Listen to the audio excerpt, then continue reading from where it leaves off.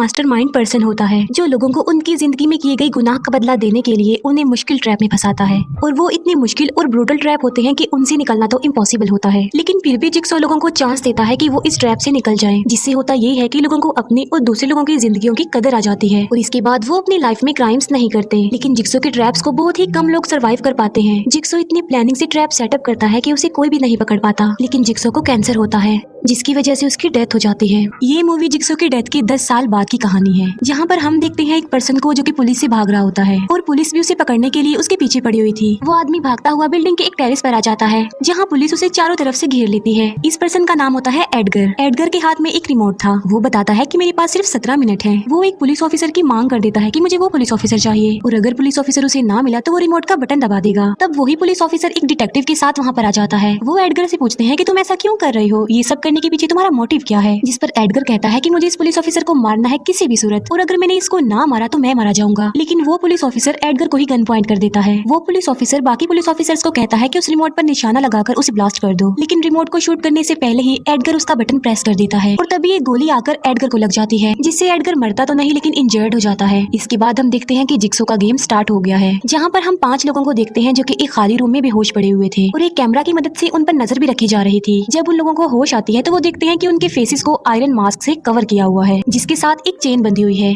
और चेन की दूसरी साइड सामने डोर से कनेक्ट थी और उस डोर पर तेज धार वाले ब्लेड्स लगे हुए थे। तभी वहाँ पर लगा स्पीकर ऑन हो जाता है और एक पर्सन डरावनी आवाज में बोलता है कि इन 5 ने अपनी जिंदगी में बुरे काम किए हैं जिसकी वजह से वो आज यहाँ पर लाए गए हैं। इस गेम से बचने का उनके पास सिर्फ एक ही सोल्यूशन है, सिर्फ सच बोले और अपने गुनाह को एक्सेप्ट कर ले। इसके बाद वो तेजदार ब्लेड घूमने लगती है, यानी वो एक्टिवेट हो चुकी थी और विक्टिम्स की चेन भी दरवाजे की तरफ खींचती जा रही थी। स्पीकर से फिर से आवाज आती है कि उन लोगों को यहाँ से बचने के लिए अपना थोड़ा सा खून सेक्रीफाइस करना पड़ेगा। वो लोग तेज धार वाले ब्लेड की तरफ उस चेन की मदद से घसीटते जा रहे थे। उन 4 लोगों में एक पर्सन ऐसा भी था जो अभी तक बेहोश था। अभी एक लड़की को याद आता है कि खून को सेक्रीफाइस करने से वो बच सकती है, इसीलिए वो अपना हाथ तेज धार ब्लेड में दे देती है। उसके हाथ से खून बहने लगता है और उसके फेस पर लगा हुआ वो मास्क भी हट जाता है। वो अपने बाकी साथियों को कहती है कि वो भी ऐसा करें। वो विक्टिम्स ऐसा ही करते हैं, अपना थोड़ा थोड़ा खून वो सेक्रीफाइस करके बच जाते हैं। लेकिन जो 5वां पर्सन था वो अभी तक बेहोश ही था, लेकिन फिर उसे बिल्कुल एंड टाइम पर जाकर होश आती है। दूसरी तरफ हम देखते हैं एडगर को, जो कि एक हॉस्पिटल में था। अब क्योंकि उसे गोली लगी थी तो वो कोमा में जा चुका था। वहीं पर पुलिस ऑफिसर डिटेक्टिव को बताता है कि एडगर कोई बड़ा क्रिमिनल नहीं था बल्कि छोटा क्रिमिनल था जो कि छोटे मोटे क्राइम्स किया करता था। फिर हम एक जगह पर उस आदमी की बॉडी को लटका हुआ देखते हैं जिसके फेस पर मास्क था। एक डॉक्टर जिसका नाम होता है नेल्सन, वो अपनी असिस्टेंट के साथ उसके फेस से वो मास्क रिमूव करता है। वो देखते हैं कि उस आदमी का तो आधा फेस ही नहीं है। यहाँ देखकर यही लग रहा था कि ये भी जिक्सो का ही काम है। उस डेड बॉडी के अंदर से उन्हें एक मेमोरी कार्ड भी मिलता है जिसमें एक रिकॉर्डिंग थी और वो भी किसी और की नहीं बल्कि जिक्सो की थी। लेकिन ऐसा पॉसिबल कैसे हो सकता है क्योंकि जिक्सो तो 10 साल पहले मर चुका है। वो रिकॉर्डिंग में ये कह रहा होता है कि अब सिर्फ 4 सर्वाइवर रह गए हैं, तो अगर उन्हें बचा सकते हो तो बचा लो। फिर हम देखते हैं चारों विक्टिम्स को जो कि एक दूसरे रूम में आ जाते हैं, लेकिन उनके गलों पर अभी भी चेन लगी हुई थी। उन विक्टिम्स में एक लड़की का नाम था एना और लड़के का नाम था रायन। तभी वहाँ पर जिक्सो का फेवरेट डॉल बिली आ जाता है। बिली पर एक टैग लगा हुआ था जिस पर लिखा हुआ था कन्फेस, यानी अपने गुनाहों को कबूल कर लो। और उन लोगों की गर्दन पर लगी चेन एक बार फिर से खिंचती चली जाती है। उन सभी विक्टिम्स को याद आने लगता है कि उन्होंने अपनी जिंदगी में कौन से गुनाह किए हैं, कौन से बुरे काम किए हैं। उन विक्टिम्स में एक लड़का कहता है कि मैंने एक यंग लड़के को एक बाइक बेची थी, लेकिन वो यंग लड़का 10 मिनट बाद ही एक एक्सीडेंट में मारा गया।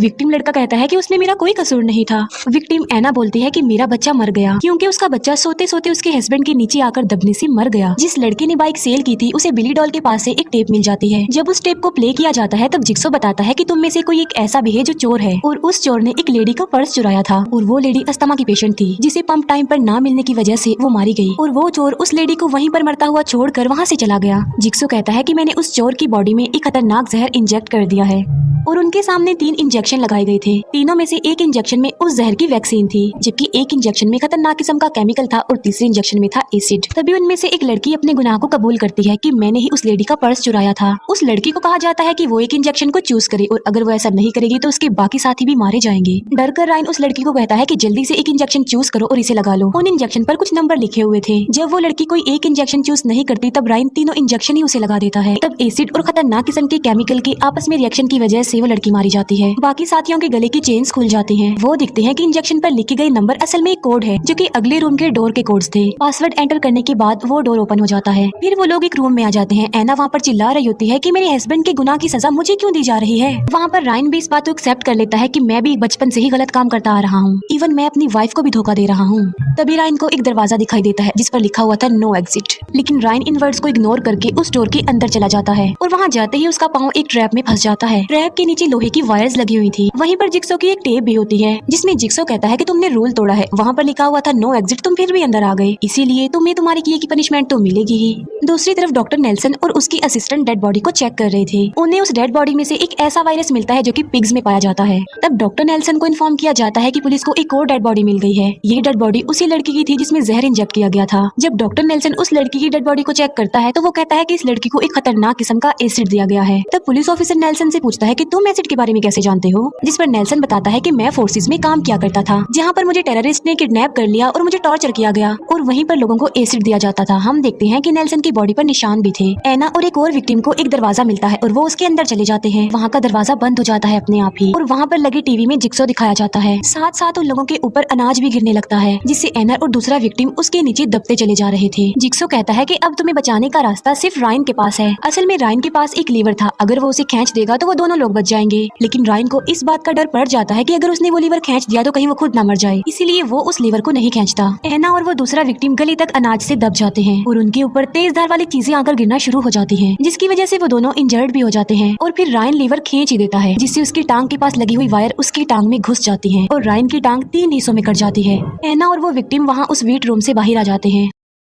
पुलिस ऑफिसर डॉक्टर नेल्सन को कहता है कि तुम्हारी असिस्टेंट काफी अरसे से जिक्सो की वेबसाइट पर रिसर्च कर रही है, जो कि काफी अजीब बात है, इसीलिए वो कहता है कि हमें उस पर शक है। रिपोर्ट में बताया जाता है कि मरने वालों के नाखून में से जो खून के सैंपल निकले हैं वो जिक्सो के खून के सैंपल से मैच हो गए हैं और वो रिकॉर्डिंग भी जिक्सो की अपनी ही है। डॉक्टर नेल्सन अपनी असिस्टेंट को बताता है कि पुलिस का शक तुम्हारे ऊपर है। डॉक्टर नेल्सन की असिस्टेंट उसे अपने एक स्टूडियो के बारे में बताती है जो कि उसका एक खास किस्म का स्टूडियो था। वो डॉक्टर नेल्सन को वहाँ पर ले जाती है, मगर वो ये बात नहीं जानते थे कि उन पर डिटेक्टिव नजर रख रहा है। अपने स्टूडियो में जाकर डॉक्टर नेल्सन की असिस्टेंट उसे कहती है कि मैं जिक्सो की काफी बड़ी फैन हूँ, मैं उससे काफी इम्प्रेस हूँ, इसीलिए जिक्सो की किलिंग के टूल्स को रखना मुझे काफी पसंद है। डिटेक्टिव उन दोनों को फंसाने के लिए बाकी टूल्स के साथ उनकी पिक्चर खींच लेता है। एक विक्टिम लड़की को फिर से एक टेप मिलती है। जब वो विक्टिम लड़का उस टेप को प्ले करने के लिए बटन दबाता है तब वो रस्सी के सहारे उल्टा लटक जाता है। जिक्सो की रिकॉर्डिंग भी प्ले हो जाती है। जो लड़का उल्टा लटका होता है वो उसे कहता है कि तुमने अपने गुनाह को बेशक एक्सेप्ट किया है, लेकिन तुमने अपने आधे गुनाह को एक्सेप्ट किया है, आधे को छुपा लिया है। जिस लड़के को उसने अपनी बाइक सेल की थी उसे ये नहीं बताया था कि उस बाइक के ब्रेक्स ही नहीं है और ब्रेक ना होने की वजह से उस लड़के का एक्सीडेंट हुआ और वो मरने वाला लड़का कोई और नहीं बल्कि जिक्सो का नेफ्यू था।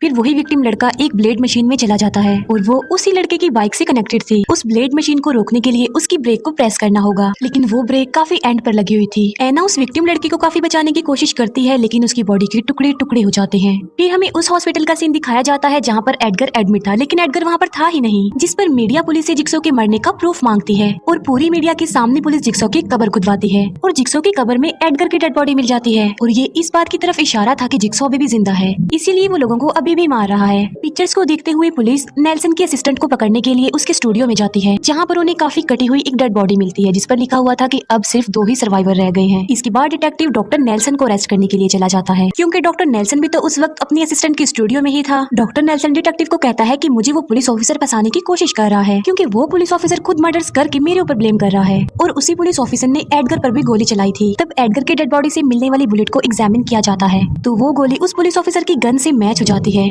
तब इन्वेस्टिगेशन के लिए डिटेक्टिव अब पुलिस ऑफिसर के घर पर चला जाता है और उसे फ्रिज में से लोगों की डेड बॉडी के कटे हुए पीस यानी जिक्सॉ पीस मिलते हैं। डॉक्टर नेल्सन की असिस्टेंट उसे बताती है कि जहाँ पर ये गेम खेली जा रही है, मतलब जहाँ पर ये गेम सेटअप है, मुझे उसकी लोकेशन पता चल गई है, इसीलिए ये दोनों खुद को बेकसूर साबित करने के लिए उस लोकेशन पर चले जाते हैं। अब नेल्सन को भी शक हो रहा था अपनी असिस्टेंट पर कि वो ही लोगों को मार रही है क्योंकि वो जिक्सो की काफी बड़ी फैन भी थी, उससे काफी इंप्रेस भी थी और उसे फॉलो भी कर रही थी। तभी वहाँ पर वो पुलिस ऑफिसर भी पहुंच जाता है और वो अपनी गन डॉक्टर नेल्सन की तरफ कर देता है। ये देखकर डॉक्टर की असिस्टेंट वहाँ से भाग जाती है। दूसरी तरफ उस गेम में हम देखते हैं कि एना और रायन को होश आ गया है और वो अपने सामने जिक्सो को देखते हैं। इसका मतलब साफ था कि जिक्सो भी जिंदा है। एना और रायन जिक्सो को कहते हैं कि वो उन्हें छोड़ दे, उन्हें ना मारे। जिक्सो उनसे कहता है कि तुम दोनों में कोई तो ऐसा है जिसकी गलती की वजह से तुम दोनों ही फंस जाओगे। जिक्सो बताता है कि तुमने रियलिटी को छुपाया है, सच नहीं बताया। रायन का एक कार की वजह से एक्सीडेंट हो गया था और उस कार में उसका दोस्त भी था और उसने सारा इल्जाम अपने फ्रेंड पर लगा दिया, ये कहते हुए कि उसका फ्रेंड सही ड्राइविंग नहीं कर रहा था। एना का बच्चा उस उसके हस्बैंड की गलती की वजह से नहीं मरा, बल्कि एना ने खुद उसका दम घोटकर उसे मारा था, क्योंकि एना उस बच्चे को बर्थ देना नहीं चाहती थी। एना ने सारा इल्जाम अपने हस्बैंड पर लगा दिया और उसे जेल हो गई। एना जो कि क्रिमिनल थी, उसे कोई भी सजा नहीं मिली और ना ही उसे कोई ज्यादा फर्क पड़ा। फिर जिक्सो उन्हें मौत का एक चैलेंज दे देता है कि या दोनों मर जाओ या दोनों बच जाओ। जिक्सो एक गन में गोली डालता है और कहता है कि यही गन तुम्हारी आजादी की चाबी है। जाते जाते जिक्सो ये कहकर जाता है कि जरा तुम अपने पीछे भी देख लेना। जब जिक्सो वहाँ से चला जाता है तब एना अपनी जान बचाने के लिए गन उठाती है। वो रायन को शूट करने लगती है, लेकिन गोली उसी पर चल जाती है, जिसकी वजह से एना मर जाती है। रायन को याद आता है कि जिक्सो ने जाते जाते कहा था कि जरा अपने पीछे भी देख लेना, लेकिन एना ने उसकी इस बात को इग्नोर कर दिया और देखो वो मारी गई। और उस गन में से 2 चाबियां भी निकलती हैं, लेकिन बदकिस्मती की बात ये है कि वो दोनों चाबियां टूटी हुई थी। अब क्योंकि जिक्सो ने कहा था कि ये गन ही तुम्हारी आजादी की चाबी है, लेकिन वो चाबियां तो टूट गई है, इसका मतलब है कि रायन भी अब वहाँ से नहीं निकल पाएगा। एक फेंट गन से पुलिस ऑफिसर पर फायर किया जाता है, जिससे वो पुलिस ऑफिसर भी होश हो जाता है। जब पुलिस ऑफिसर को होश आता है तो वो देखता है कि उसके गले पर एक ट्रैप लगाया गया है। उसके सामने डॉक्टर नेल्सन होता है और उसके गले में भी सेम ट्रैप लगा हुआ था। तभी जिक्सो उनसे कहता है कि उनके गले में लेजर कटर है, जो कि उनके सर को क्रश कर देंगे, और अगर वो लोग भी बचना चाहते हैं तो उन्हें भी अपने गुनाह को कन्फेस करना होगा, अपने गुनाह को कबूल करना होगा। और ऐसा करने के लिए उनके पास सिर्फ और सिर्फ 1 मिनट का टाइम था। उनके सामने एक डिवाइस भी थी जिस पर 2 बटन लगे हुए थे। पुलिस ऑफिसर डॉक्टर नेल्सन वाली साइड वाला बटन प्रेस कर देता है, जिससे डॉक्टर नेल्सन का ट्रैप एक्टिवेट हो जाता है, जिसमें वो अपने गुनाह को एक्सेप्ट करता है कि मैंने ही लापरवाही में जिक्सो की मेडिकल फाइल को चेंज कर दिया, जिससे ये पता नहीं चल पाया कि जिक्सो को कैंसर था। उस लेजर डिवाइस से नेल्सन का गला कट जाता है और वो भी मर जाता है। लेकिन यहाँ पर सवाल ये उठता है कि नेल्सन ने तो अपने गुनाह को एक्सेप्ट कर लिया था, तो फिर वो क्यों मारा गया। अब बारी आ गई थी उसी पुलिस ऑफिसर की, जिसमें वो एक्सेप्ट करता है कि मैं रिश्वत लेकर खाता हूँ और क्रिमिनल्स को छोड़ देता हूँ, और उन लोगों की रिप्लेसमेंट में बहुत सारी मासूम लोगों को जेल में डाल दिया। जब वो ये गुनाह एक्सेप्ट कर लेता है तब उसका ट्रैप ओपन हो जाता है। वो सोचता है कि वो बच गया है और काफी खुश होता है। और तभी डॉक्टर नेल्सन, जो कि मर गया था, अब वो उड़ जाता है, क्योंकि असल में वो मरा ही नहीं था, क्योंकि वो सिर्फ पुलिस ऑफिसर से उसकी सच्चाई उगलवाना चाहता था, और वो पुलिस ऑफिसर के कन्फेस को प्ले करता है। यहाँ पर आके सारे सीक्रेट्स खुल जाते हैं और अब सबकी कंफ्यूजन दूर हो जाएगी। असल में जिक्सो जिंदा नहीं हुआ था, बल्कि उसकी तो डेथ 10 साल पहले ही हो गई थी, और जो गेम यहाँ पर खेली जा रही थी वो भी प्रेजेंट की नहीं थी, बल्कि वो भी 10 साल पहले खेली गई थी, जो कि जिक्सो नहीं खेली थी। और इस गेम में जो आदमी बेहोश पड़ा हुआ था काफी देर से, वो कोई और नहीं बल्कि डॉक्टर नेल्सन था। उसने जिक्सो की रिपोर्ट को बदल दिया था, इसीलिए जिक्सो ने उसको यहाँ पर ला के रख दिया, मगर मरने से पहले जिक्सो ने उसे बचा भी लिया था।